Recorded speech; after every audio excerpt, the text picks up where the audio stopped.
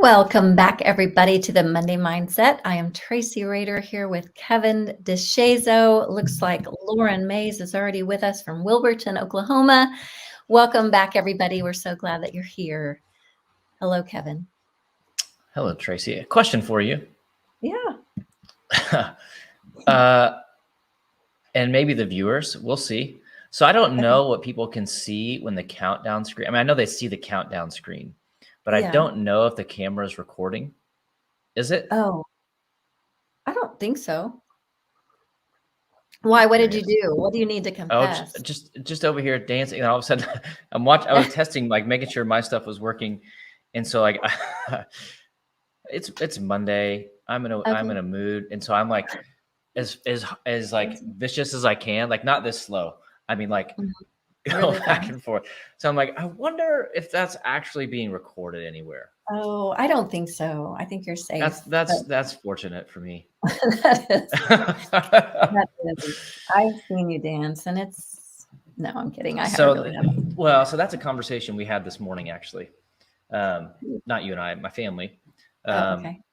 So Asher, our 6-year-old, has started doing something called the avocado dance. I couldn't tell you what it is. He got it from somebody at school, and he said in his wellness class. So I'm not sure if it's a social media dance that people are. I'm not sure, but he starts doing it, and it's solid. And we're like, man, he's actually got moves. Hey, thanks for showing up, Atlanta. ATL's in the house. We're like, man, he's actually got moves. And I said to Megan, I go, I can tell you where he didn't get those moves. They did not come from me. Okay. Well, I'm glad he's got some. Maybe he'll pass those on to your grandchildren, unless it skips a generation. He's their only hope. Well, I bet you had a good weekend. I have a feeling we haven't talked, but I'm thinking that the dip might be over. If you all were tuning in last week, we talked about the dip, and tell me. Talked about the dip. Talked about overcoming the dip. That the dip is normal, and that the dip is not negative. Right? The dip feels negative, but that doesn't mean it is negative. Right? It's just part of the process. And so having that perspective that it's just part of it. Everyone goes through it. And so, we do a lot of work with the OU football team. They were in the midst of a dip, 3-game slide, injuries mounting, and they just went ahead and dominated a ranked team over the weekend. Had a great game. And I want to just tell a story on that real quick in terms of leadership and culture, and why this stuff matters, not just the Monday Mindset stuff, but what Giant does, what Giant coaches do, Giant consultants do, Giant catalysts do, the role that you guys, if you're listening, play as leaders. So I was talking to a young man who's on the team, who's on the sideline, and he's not playing, but he's an older gentleman in terms of college athletics. He's got his graduate degree. He's married, and he had transferred in, and he was a starter at his old school, would have been a captain. He's like, that's what you work for. And he said, so here I am. I'm basically on the scout team for Brent Venables. He goes, and that's about like the worst job you can have. Like, because scout team, you're just getting obliterated, Yes. And he goes, but I wouldn't trade it for anything in the world. He goes, I've never seen a leader like this guy. And what I'm learning just in this year, he goes, I've been around a lot of coaches, around a lot of leaders. He goes, he goes, I can't even describe how different it is. I wish I could figure out a way to stay around here longer. And so we've been hearing a lot of those messages from players and from staff. And so to know, just as an encouragement to you guys who are doing the work, whether you are a leader in an organization or you're serving leaders in organizations, like we know it matters, but it matters. Like it really, really matters to show up and lead on purpose, to connect on purpose, to be for your people, to show up and fight for their highest good. Like it matters. It makes a difference. Even when you don't always feel it, even when you don't always see the results, like it just matters to be a leader worth following. So it's been fun for us to just observe all that, Yeah. I mean, I don't know if you mentioned it last week, but you had said you'd talked to some parents of players and how much they were so appreciative of the way that Venables is investing in their young men, not just in the football realm, but in their lives and ongoing when they're done with football. And that speaks a lot. I know as a parent, I would much rather that than, although, you want your kid to be on a winning team. That's so fun too. And all of that. But man, if someone's investing that heavily in your kid, you're so thankful. It matters. Leadership matters. Everything rises and falls with leadership, and that's a cliche thing that we can easily just kind of forget. But it's such a critical thing. So yeah, it's good weekend. Got a win. Got some rest in yesterday. We're supposed to have a baseball tournament for my oldest, but it rained. We didn't get rain at our house, but I guess it rained kind of south of OKC, like a significant amount. So just hung out, went to Topgolf with the boys. Had a nice kind of off day, which was good. What about you? How was your weekend? It was really fun. We went to Colcord, Oklahoma. Anybody outside of Oklahoma have a clue? It's on the border of Oklahoma and Arkansas. Beautiful place. Beautiful place. There's a camp out there. Yeah, I've been in the same church community for 26 years, my husband and I, and we do a little camp. Anybody from the church can go and spend the weekend together. It's horseback riding. I mentioned it last year on here. Horseback riding, canoeing, pickleball, basketball, volleyball, all the things, and just a great time to get to know kind of some folks that you might not normally get to know. So we had a great time, and it was nice. My oldest goes there. It's a great spot. Yeah, it is a neat camp. I love it. It's really well run. Good friends who are directors there, and is that right? Yeah, it's a good spot. Well, good spot. Okay, let's do it today. Take it away, Kevin. What are we doing? Just kidding. Monday mindset. So here's what I've been thinking about as it relates to our mindset and the way that we think and the way that we show up and the way that we live. So think about, and this is kind of actually spurred on, for some reason, I was thinking about a conversation we had with Jeffrey Brodnax, one of our giants out in Ohio. We did a Monday mindset with him maybe a year and a half ago, and he talked about your mind being good soil. And so I was thinking about that today and this weekend, of this idea of that you get what you cultivate, right? You don't always get what you plant, you get what you cultivate.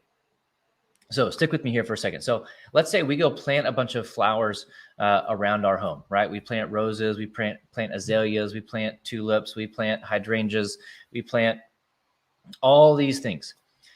And then in a month or two, we walk out and there are weeds everywhere. It's like, wait a minute, I didn't plant. Why are there weeds everywhere? This is not what I wanted. I want a beautiful garden, a beautiful flower bed full of all these different types of flowers. Why are there weeds growing? Well, the answer is that what you cultivated was an environment where weeds can grow and thrive and flourish. You hoped for roses and tulips and azaleas and other flowers, but what you got based on your actions, you cultivated an environment where weeds can grow. If you wanted an environment, if you wanted a flower bed full of roses, full of tulips, full of beautiful flowers, you have to cultivate an environment where those things can grow. To cultivate simply means to foster the growth of. And what will grow is what is fostered, right? What is cultivated. What will grow is what is cultivated. So if you want a beautiful flower bed, if you want a beautiful garden, like weeds may come in now and then, but you've got to create an environment where those weeds don't grow and thrive. You got to take care of the soil. You've got to water the plants the right amount of time. You've got to put them in the right amount of sunlight. You have to give those plants what they need to grow. You have to cultivate growth. You have to cultivate a healthy flower bed. Well, the same thing is true for our minds, right? You get what you cultivate. So many of us want to have a positive mindset. So many of us want to have a resilient mindset. So many of us want to have a hopeful mindset. And yet we're full of doubt. We're full of worry. We're full of anxiousness. We're full of negativity. Well, that's because you've fostered an environment. You've cultivated those things in your mindset. And that can be a little bit hard to hear, but I think we have to be honest about a current reality, right? We grow what we cultivate. So if your mind is growing thoughts of anxiousness and worry and negativity and doubt and despair, well, look at your mindset. Look at the garden of your mind. How are you taking care of it? What are you feeding it? Right? If you're consistently consuming things that are negative, that are worrisome, that are overwhelming, that stir up anxiety, you are cultivating an environment where those things shape your mindset. Right? You cannot consume negative things and hope to have a positive mindset. Right? When you consume negative things, you're going to have a negative mindset because you're fostering the growth of negativity. The same is true for our bodies, right? I can hope to have a good body. I can hope to be healthy. But if I'm not eating well and exercising, I'm not cultivating the growth of a healthy, strong body.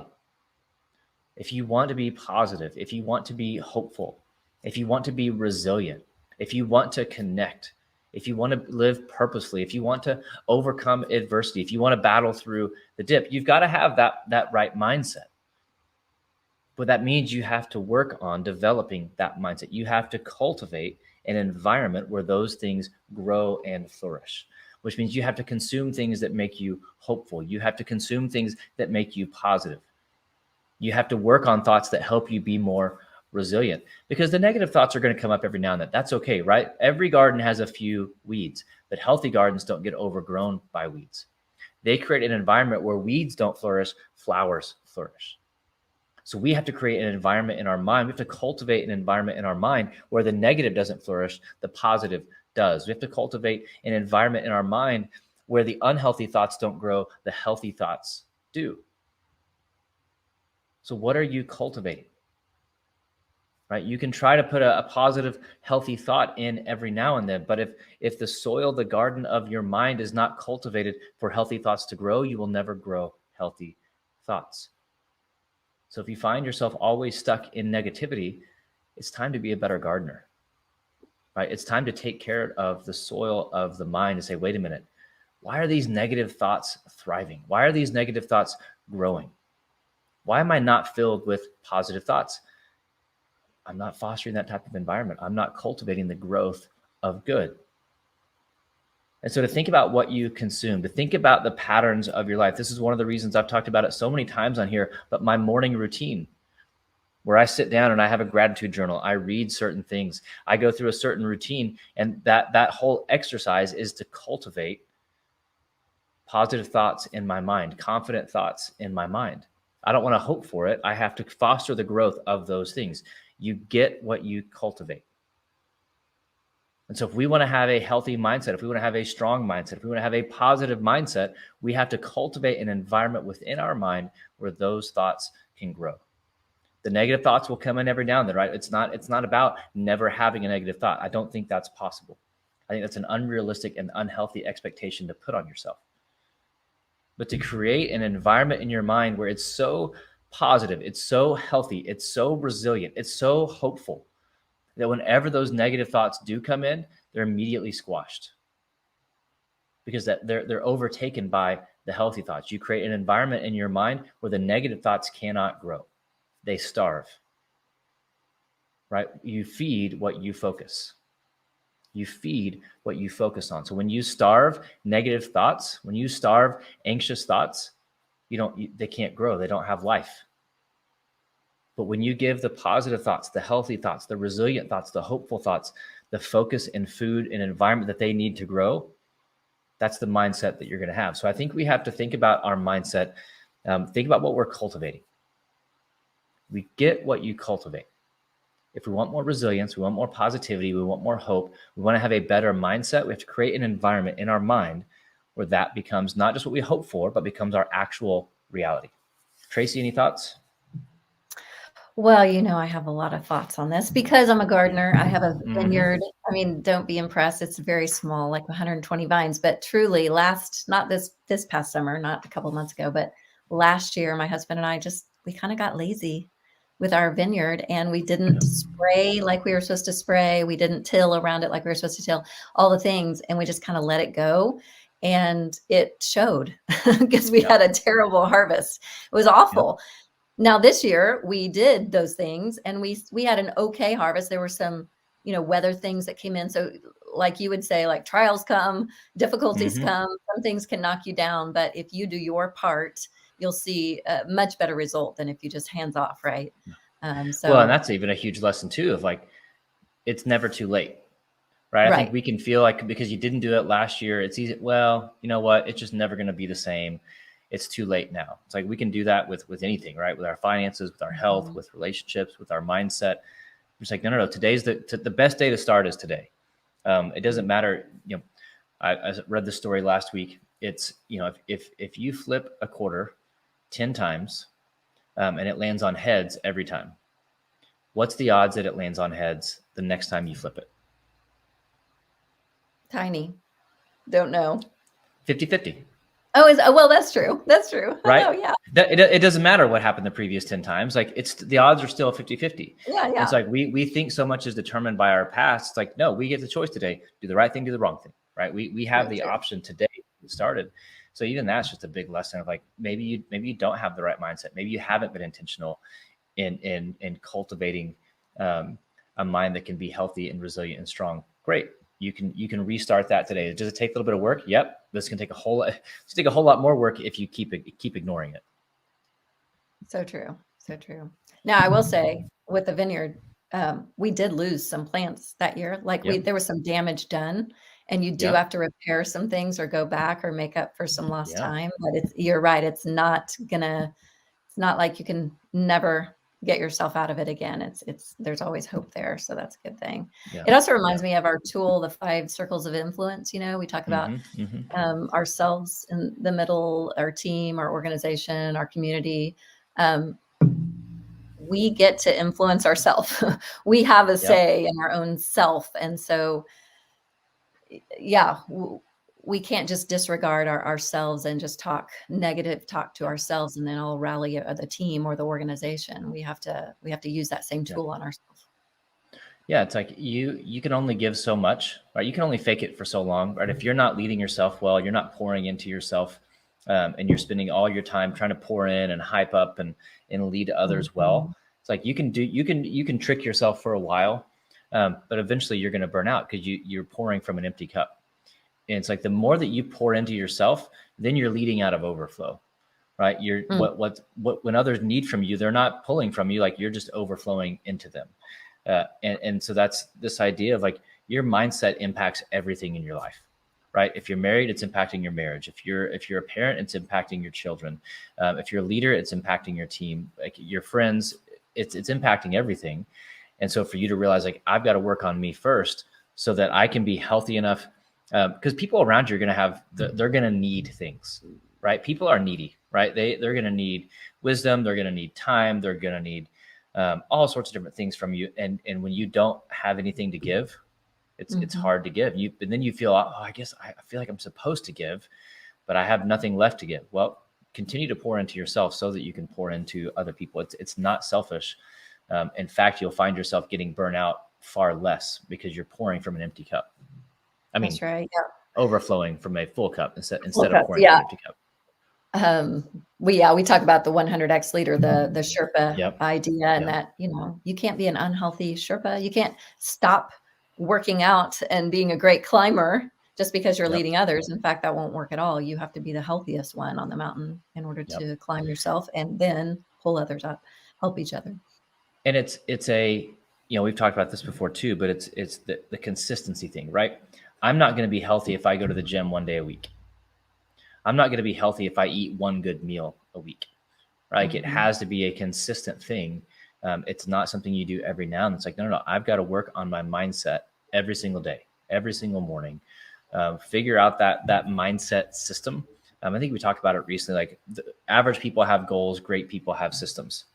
Mhm. And so to have a system that leads you to a healthier mindset. It's not just I want to be here. It's like, what are the things I need to put in place? What are the practices I need to put in place to move me in that direction so that I can be consistent with it and not just be so hit or miss with life. Mm. That's good. That's good. Okay. Anything you want to, any insights into Saturday? I just would love to have been in that room talking about the dip from last week Mm-hmm. after disappointment after disappointment and then stuck with it, success. What was that feeling? I'm just curious. Yeah, it was one. I will say, and in talking with a lot of players, a lot of coaches, um, the way they've responded these last few weeks has not been normal. Everyone's like, teams don't respond, like they don't act like this. They've not been pointing fingers. They've not been fighting with each other. They've not been. I was talking to one of the coaches that usually when something like this happens, you start getting guys snapping back at coaches in practice. Mm, They start kind of fighting, snapping with each other, because they're elite competitors and they hate losing. And a lot of them, they find their identity in winning and losing. And so when they lose, like they lose who they are. But that's not been happening. And a lot of that is the coaches and the way they've been leading. The Venables came in after their first loss. There's a great quote that he shared. What was it? It's easier to build strong children than repair broken men. And so he was like, we don't need to break their spirit. Like they're embarrassed. They know they screwed. Like they know they didn't play well. Like they don't need to be embarrassed more, right?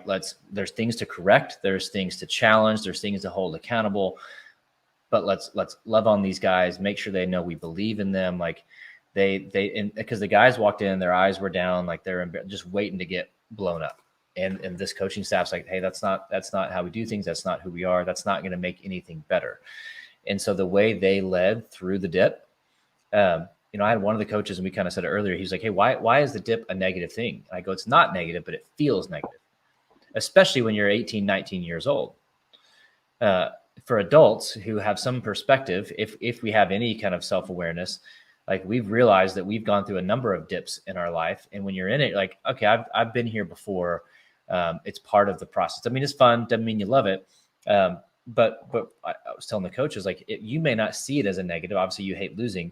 You guys all know it's part of the process because you've been a part of teams who have gone up and down and eventually figured it out. These players don't get it because they're 18, 19, 20 years old. So we have to help them have that perspective of, hey, like there's a clearing just on the other side. Everything's fine. I know you're not seeing the results, but so our message to them was be patient, have perspective, and have perseverance. So, progress always takes longer than we want it to. Have the right perspective. This is not the whole story. It's just a chapter. It's just part of it. And it will eventually end. I think the other thing in the dip, I've started calling it the valley, just to not be so copycat of Seth Godin's book. But you've got to go through the valley to get to the mountaintop, right? That's the only way to the mountaintop is through the valley. But the other piece in the valley is that what happens. So you've done the rim to rim hike in the Grand Canyon. What happens to sound? Like if you yell in the Grand Canyon, what happens? No, it's just like whoa, whoa, whoa, magnified. Yes. Huge. Yeah. I'm glad that was the right answer. That could have been a terrible example if you're like, that. I don't know. I know. But it's like, but that's what happens. So in the valley, the noise, it echoes, the negativity echoes, and it feels even louder than it actually is. It feels even bigger and more powerful than it actually is because it's echoing off of all the walls around you. And so to have perspective, like, no, that noise isn't real. It's not as bad as it feels. It's not as bad as it sounds. Just keep taking the next step. And there's this, I don't know if we showed it last week or not but there's there's the dip, which is the reality, the real curve. There's the naive curve, which is just a straight line going up. And the naive curve is what people expect. It's what fans expect. It's what media expects. It's what we often expect when we start something. We just think we're going to start and we're going to work and it's going to go great. And so to realize like that's an unrealistic expectation. Nothing goes that way. There's always a dip. So just take the next step. And so the staff led really well in keeping people positive, keeping encouraging them. We talk a lot about the idea of belief. Like they just kept letting the players know, like, hey, I know you're not seeing the results, but I still believe in you. I know you're not where you want to be, but I still believe in you. And so for them to get the win and play the, they made a few mistakes Saturday because, perfection is never possible. But I mean, it was a dominant performance. Like it was like, I'm trying to think of a way to describe it, like like an analogy or metaphor of like, but it was just like shedding all this weight and just running full force. And so like in the locker room after, a winning locker room is a whole lot better than a losing locker room, which is obvious, but like, it's just a whole lot better, and guys are dancing and they're chanting and so like, you could just feel like not relief, but it was almost this of like, okay, we are who we thought we were. It's like, we've been talking about it, but all this effort we've been putting in, we haven't been seeing the results.